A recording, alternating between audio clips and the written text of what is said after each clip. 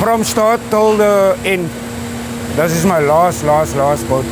We are very excitedly launching the last of the Orcs, Rescue 8, which is going to be destined for Hart Bay. When I started, I was like, why would you need all this? I mean, the boat, I've never seen a vessel built with this much safety in mind. It's the current last one of our current production runs. We've learnt a lot, and as I say, we're super happy that it's culminating with this awesome vessel that we have behind us. What more can we say? We've launched an exceptional boat, an exceptional project. I was quite amazed seeing this vessel and the systems on there and the redundancies and the work that goes into it. They are built to withstand anything and never want to be saved, but if I see this thing coming, I know I am going to be. It is so reinforced. Steel poles are bolted into between the girders and the deck. On the top side, it is very, very thick glass, reinforced. It's got sealing rings, it's got 18mm bolts. It's solid. Design-wise, this is made for cutting through the water, handling very heavy rough seas. It's also the latest equipment on there, the satellites, the compasses, the radios. It's all current new technology. NSRI stays very up to date with that stuff. On Rescue 8 is the same as on the one that went to Mykonos. We've got the low light camera, we've got the RDF, the radio direction finder, which is all basically was new to that vessel. And this one has also got the 12-volt radio bank system, which we found worked much better with the one that went to Mykonos, Rescue 4. Other than that, it's a carbon copy of Rescue 4. Inside, it's luxurious, cushioning everywhere, watertight doors, can withstand one hell of an impact should that ever happen. It's 16 tons of power. It can do everything. Massive Cummins diesel engines. The gearboxes also, the power that goes through those systems are awesome. She does it 30 knots.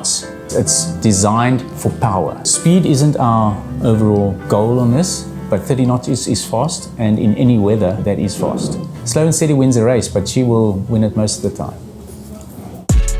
Pretty much have a benchmark that we have to get to when designing this and when building it. Each one goes through its sea trials. It must reach 28, 29 knots, and it's obviously got to do the bollard test. Pull must be 4.5 tons in the aft one. The front bollards or cleats must pull 2 tons. And once we've done that, and Samson's there to verify it, so they sit through the whole section, then they'll go down, they'll check underneath to see if there's any hairline cracks, anything, and it fails. And touch wood, nothing, we've had no problems with it. It is super, super reinforced. Bottom of the hull is stronger than the rest of it, so it's a lot thicker. It's got extra layers, it's got toughening layers, then you've got all the foam girders that are in there, and it's high spec foam that's in there, a lot of weight in there.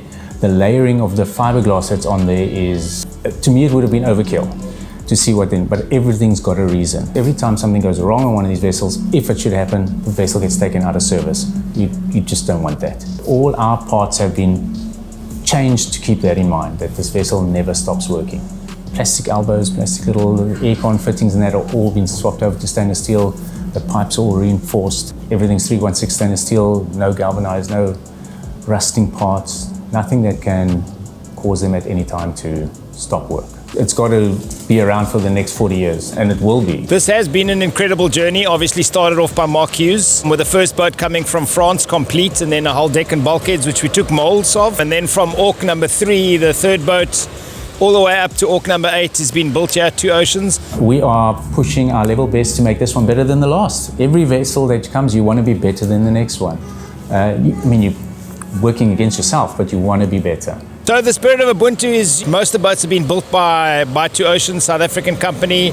Our volunteers around the country, all South Africans. Probably describes the vessel and the fleet in itself and what they're busy with. Yeah, it takes care of the people. So we really believe in the Ubuntu story, and we think that this is it's who we are and what we do, and it's basically sea rescue in a nutshell.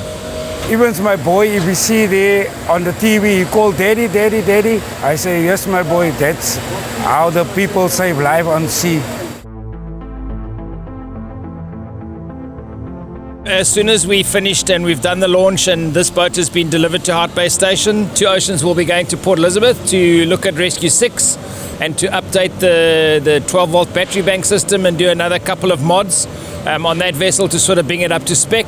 As soon as we finish there, we'll roll it out to the other stations as we get time and opportunity to change them all to the latest spec.